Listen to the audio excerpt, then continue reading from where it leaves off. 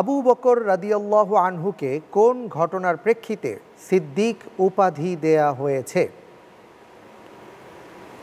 ক, হিজরতের ঘটনা, খ, মেরাজের ঘটনা, গ, প্রথম ঈমান আনার কারণে, ঘ, তাবুক অভিযানে সকল সম্পদ দান করার কারণে।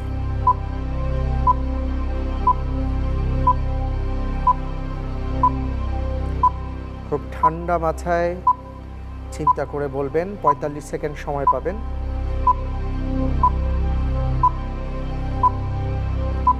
উত্তর হচ্ছে খ, মিরাজের ঘটনায়। লক করে দেব? ইনশাআল্লাহ। ইনশাআল্লাহ লক করে দেয়া হোক, খ, মিরাজের ঘটনায়। আপনি যে উত্তরটি দিয়েছেন, যেভাবে হাসছেন, আপনার হাসিটি খুব সুন্দর। আলহামদুলিল্লাহ, শুকরিয়া। মাশাআল্লাহ, আপনার উত্তরটি সঠিক হয়েছে। বিশেষজ্ঞ সাহাবাগণের ঐক্যমতকে কি বলা হয়ে থাকে? ক, ইত্তিকাফ, খ, ইত্তিহাদ, গ, ইখতিলাফ, ঘ, ইজমা।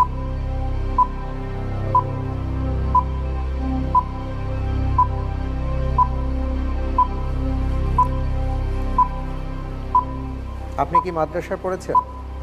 না, আমি আসলে কখনো মাদ্রাসায় যেতে পারিনি। আচ্ছা, আমি সবসময় জেনারেলের ছাত্র। আলহামদুলিল্লাহ, যাক, 4টি আরবি শব্দ, আশা করছি যে ইনশাআল্লাহ পারবেন। ইনশাআল্লাহ। এটার উত্তর হচ্ছে ঘ, ইজমা।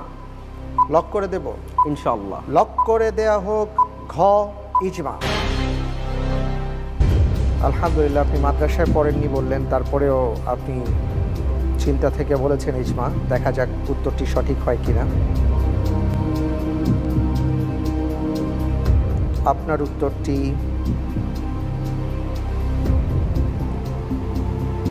সঠিক হয়েছে। রাসূল সাল্লাল্লাহু আলাইহি ওয়াসাল্লামের স্ত্রীদের মধ্যে কে বেশি দানশীলা ছিলেন?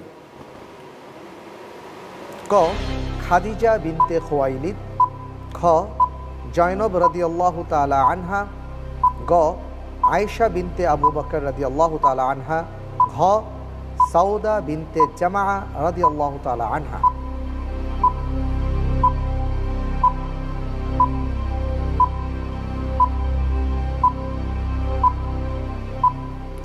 উত্তর হচ্ছে খ, জয়নব রাদিয়াল্লাহু আনহা। লক করে দেব? চিন্তা করার কিছু আছে? ইনশাআল্লাহ এটাই।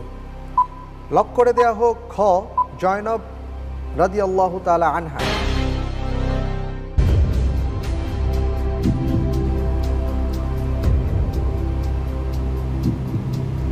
আপনার উত্তরটি সঠিক